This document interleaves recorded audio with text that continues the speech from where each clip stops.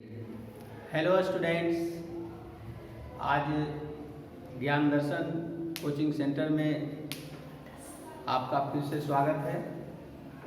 आज बायोलॉजी में क्लास 12 के लिए चैप्टर नंबर 3 प्रारंभ करते हैं। 12th क्लास की बायोलॉजी में 3rd चैप्टर में ह्यूमन रिप्रोडक्शन, जिसे हिंदी में मानव जनन कहा जाता है, पढ़ना है। तो ह्यूमन रिप्रोडक्शन पढ़ने के पहले फर्स्ट चैप्टर और सेकेंड चैप्टर में रिप्रोडक्शन की पूरी जानकारी दी गई थी, जिसमें जनन क्या है या रिप्रोडक्शन क्या है, इसके बारे में भी आप जानते हैं। ऐसे हम रिवाइज करते रहे हैं। जनन वह प्रक्रिया है जिसके द्वारा कोई भी जीव जाति अपने ही जैसे संतानों की उत्पत्ति करते हैं और वंश वृद्धि करते हैं। जनन एक ऐसी प्रक्रिया है जिसमें कोई भी जीव जाति अपने ही जैसे संतानों की उत्पत्ति करके वंश वृद्धि करते हैं। इसके बाद जनन से लाभ,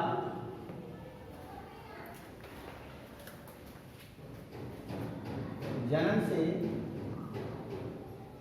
क्या लाभ है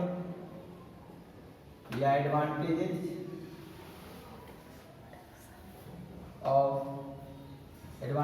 फ्रॉम रिप्रोडक्शन।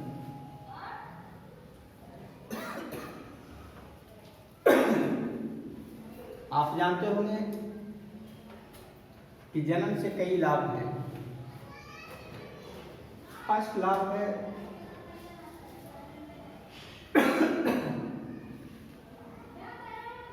जातियों का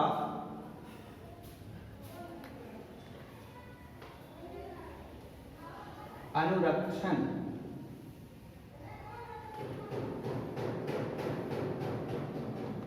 इसका मतलब है कि कोई भी जीव जाति जनन क्रिया करके अपने वंश को कायम रखना चाहता है, जिससे उसकी जाति अनुरक्षित होती है, जातियां विलुप्त नहीं हो पाती है, उसका वंश चलते रहता है निरंतर रूप से। सेकेंड पॉइंट इसमें देना है लाभकारी गुणों की वंशागति।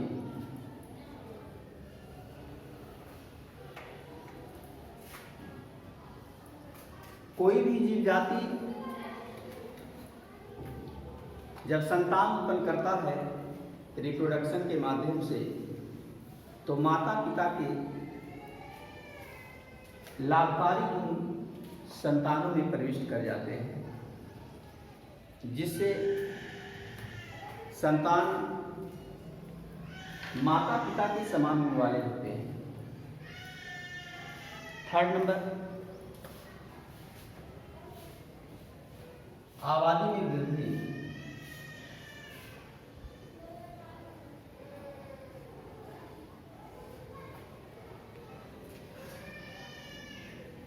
जन्म के द्वारा ही कोई जीव जाति अपनी आबादी में वृद्धि करता है, अपनी आबादी को ग्रोथ करता है, और जिसके चलते उसका वंश चलते रहता है।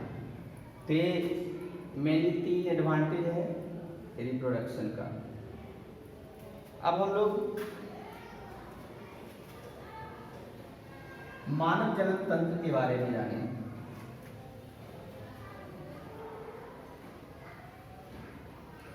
मानव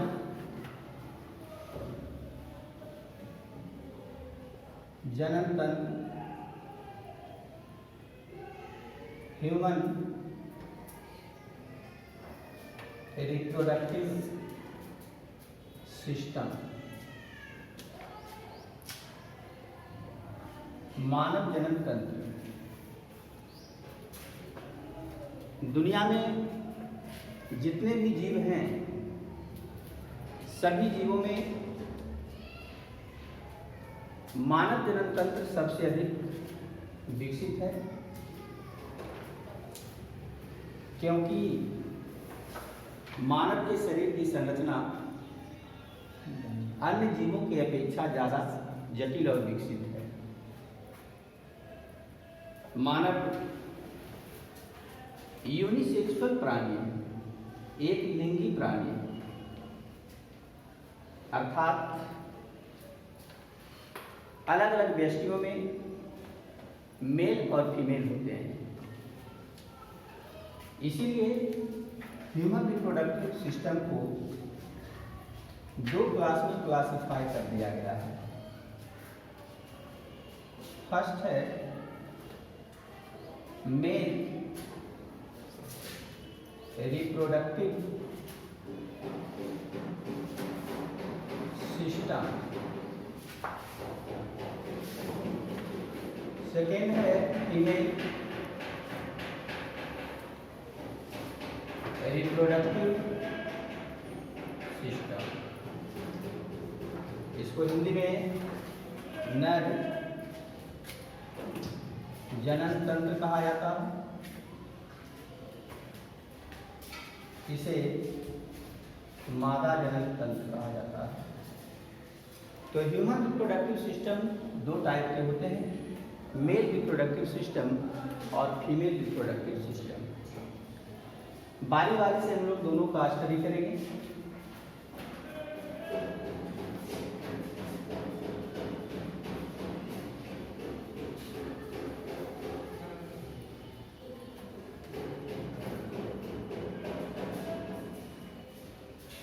आइए, मेल रिप्रोडक्टिव सिस्टम, नर जनन तंत्र।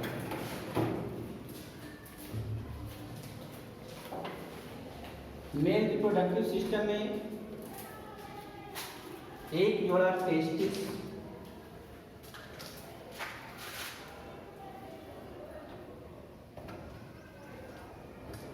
या वृषण सबसे प्रमुख जनन अंग होता है। मेल रिप्रोडक्टिव सिस्टम में वृषण के अतिरिक्त भी कई ऑर्गन पाए जाते हैं। ये मानव वृषण जो होता है, यहाँ एक क्वेश्चन देता है 12 में कि सबसे प्रमुख पुरुष जननांग या सबसे प्रमुख पुरुष जनन अंग कौन होता है, तो टेस्टिस इसका जवाब होगा, वृषण। इसका कारण है कि वृषण शुक्राणु की उत्पत्ति करता है, स्पर्म का निर्माण करता है और एक हार्मोन से एंड्रोजन हार्मोन कहा जाता है, एंड्रोजन हार्मोन की उत्पत्ति करता है। सेकेंड क्वेश्चन यहाँ से बनता है कि वृषण के क्या कार्य है, तो दो कार्य हम बता रहे हैं, दो फंक्शन। फर्स्ट फंक्शन है शुक्राणु की उत्पत्ति, सेकेंड फंक्शन है एंड्रोजन हार्मोन का निर्माण। ये मानव वृषण का दो कार्य है। मानव वृषण के कार्य बहुत ही इंपॉर्टेंट क्वेश्चन है, शॉर्ट टाइप में देता है। शुक्राणु की उत्पत्ति और नर हार्मोन एंड्रोजन का निर्माण। तो फिर से हम लौटें वृषण पर। मानव वृषण प्रत्येक मेल में अंडाकार संरचना के रूप में एक जोड़ा की संख्या में पाया जाता है, जो दोनों जंघाओं के बीच एक थैली में लटकी रहती है। इस थैली को वृषण कोश या इंग्लिश में स्क्रोटम कहा जाता है। मानव वृषण का तापक्रम शरीर के सामान्य तापक्रम से 2 से 3 डिग्री सेल्सियस कम होता है, क्योंकि इसी तापक्रम पर स्पर्म का निर्माण बेहतर ढंग से संभव है। इसे 2 से 3 डिग्री सेल्सियस अर्थात 37 में 2 से 3 घटा दीजिए, 34-35 डिग्री सेल्सियस उपयुक्त तापक्रम है शुक्राणु के फॉर्मेशन के लिए।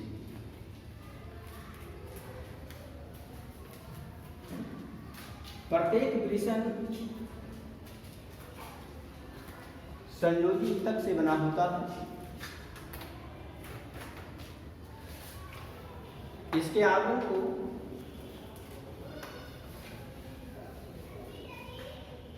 ट्यूनिका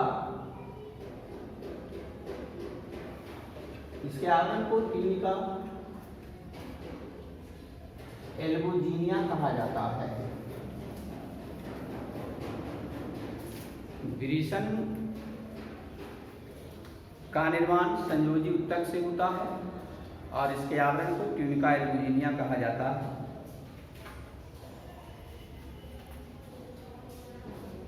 प्रत्येक वृषण कई खंडों में बटे होते हैं, जिसमें 2-3 कुंडलित नलिकाएं पाई जाती हैं। इन नलिकाओं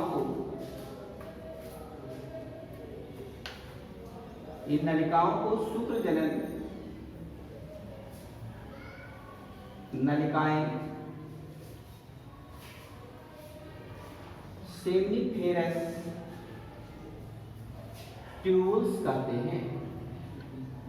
शुक्रजनन नलिकाएं इसको कहते हैं। इसमें 2 प्रकार की कोशिका पाई जाती है।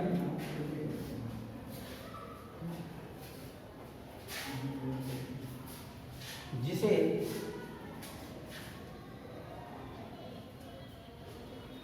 शुक्रजनन कोशिका,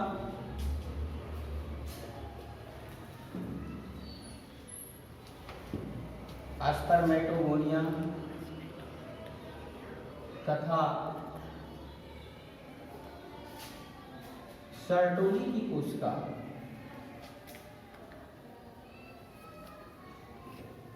सर्टोली सेल्स कहते हैं।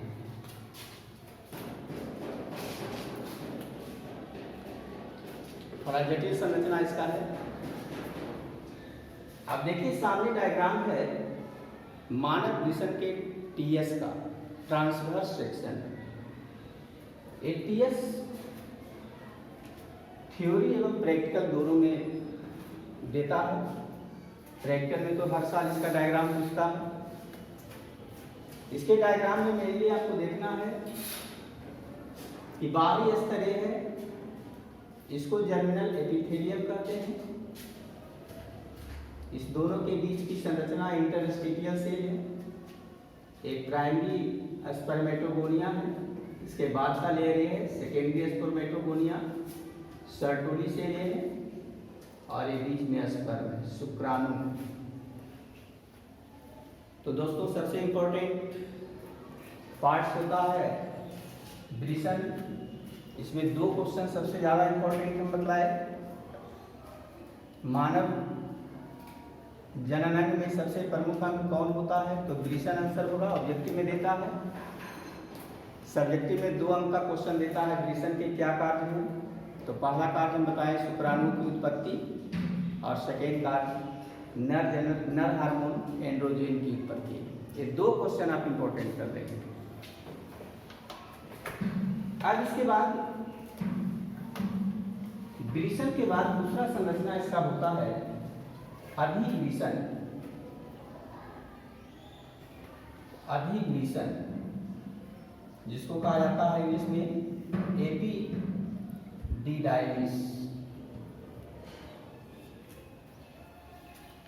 दूसरा नर जनन अधिग्रीसन कहलाता है।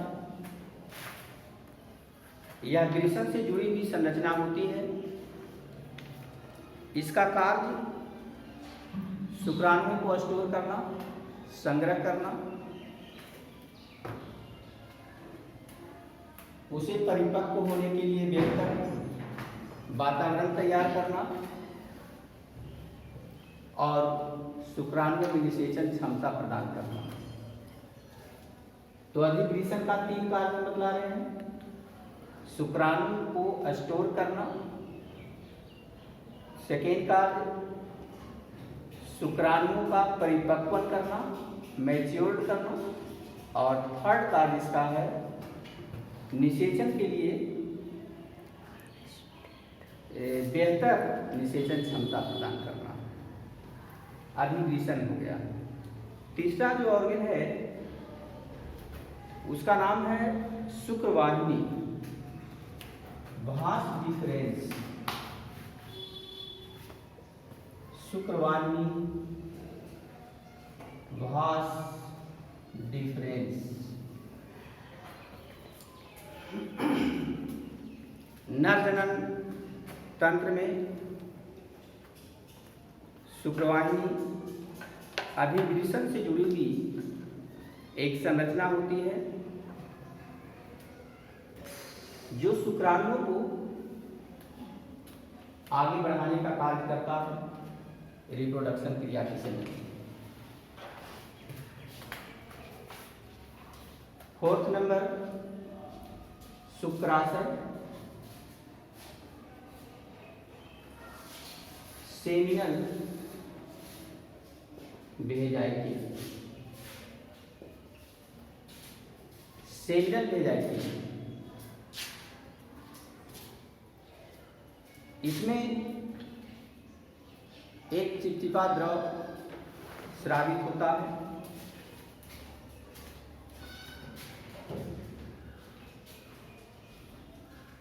और लास्ट है शिश्न पेनिस। पेनिस यह शुक्राणु को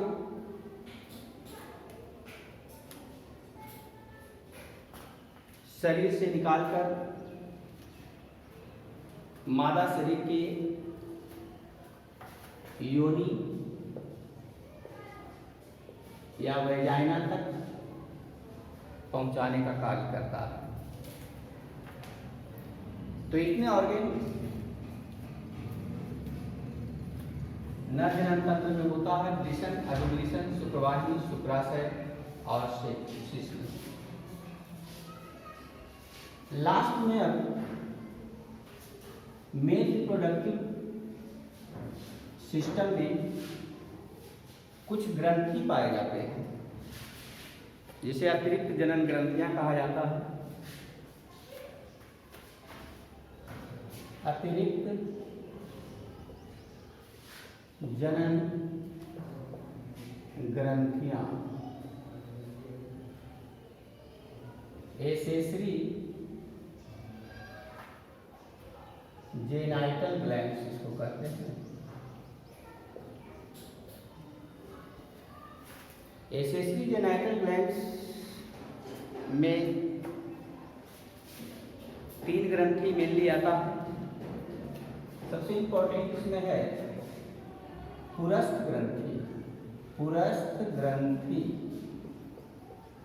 प्रोस्टेट ग्लैंड। प्रोस्टेट ग्लैंड्स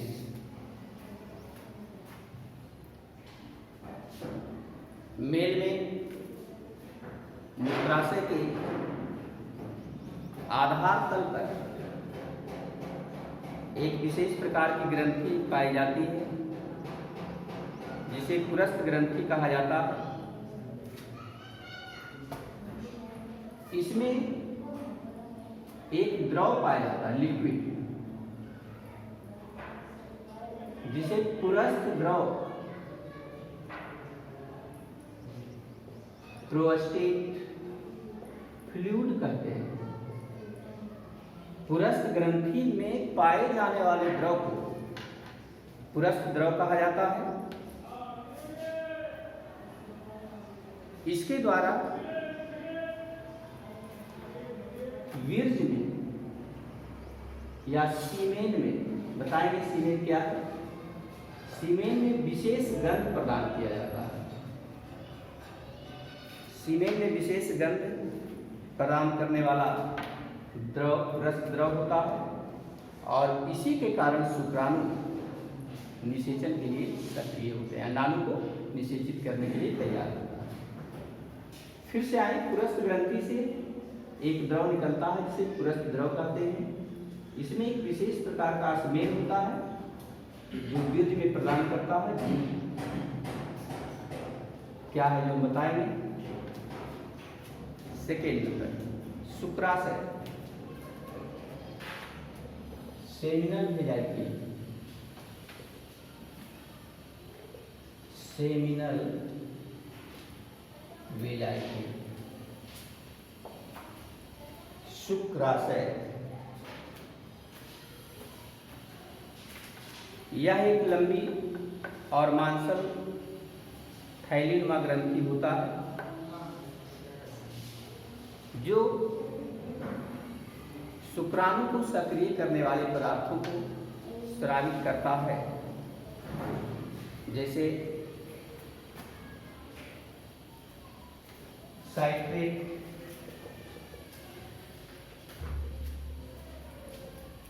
एवं फ्रुक्टोज, पीटीसी। ये शुक्राणु को स्रावित करने वाले पदार्थ होते हैं। इसका लास्ट ग्रंथि जो ग्लैंड है, काउपर ग्रंथि, third number, Cowper's gland. Cowper ग्रंथि या काउपर्स ग्लैंड इसको कहते हैं।